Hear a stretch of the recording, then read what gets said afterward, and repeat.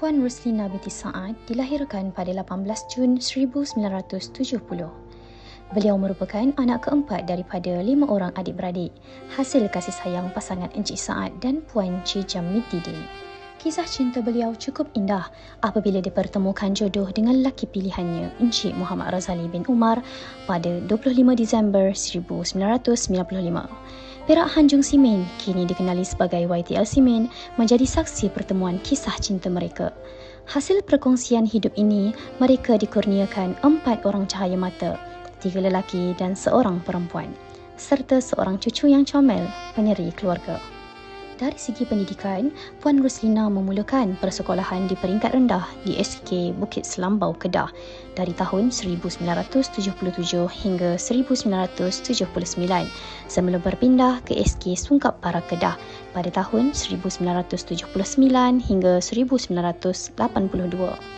Beliau kemudiannya menamatkan persekolahan menengah di SM Bakti Tasik Gelugur, Seberang Perai pada tahun 1983 hingga 1987. Seterusnya, beliau melanjutkan pelajaran di matrikulasi Universiti Sains Malaysia dari tahun 1988 hingga 1990.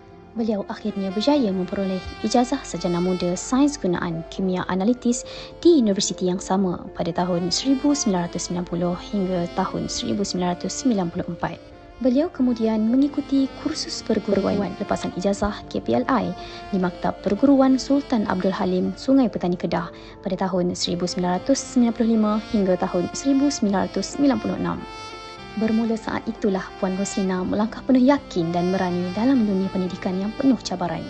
Bak kata pepatah, alah bisa, tegal biasa. Pada tanggal 1 Julai 1996, beliau memulakan perkhidmatan sebagai guru di SMK Gerik hingga 16 Ogos tahun 1996. Kemudian, beliau menyambung khidmat bakti di SMK Tun Perak, Padang Rengas mulai 16 Ogos tahun 1996 dan menamatkan perkhidmatan pada 1 Julai tahun 2025.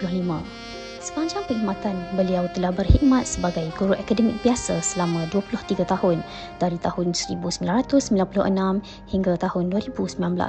Seterusnya, guru kanan sains matematik pada tahun 2019 hingga 2021 dan kemudian beliau menyandang jawatan sebagai penolong kanan kokurikulum dari tahun 2021 hingga tahun 2025.